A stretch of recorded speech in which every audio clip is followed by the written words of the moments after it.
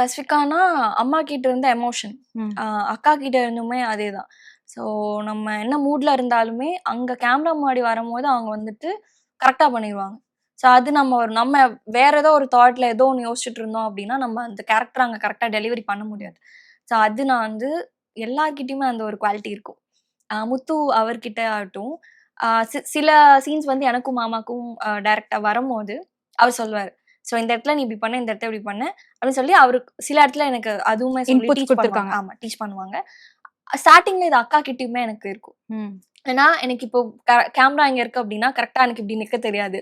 So எல்லாரையுமே வந்து நம்ம அட்ஜஸ்ட் பண்ணி நிக்கணும்ல. ஸோ யாரையும் ஓவர்லேப் பண்ணக்கூடாது. இந்த மாரி விஷயம்லாம் இருக்கு.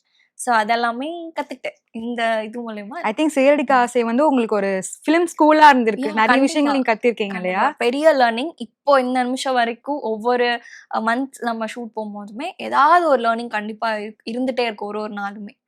So, அது ரொம்ப ஹெல்ப்ஃபுல்லா இருக்கு ஆக்சுவலி.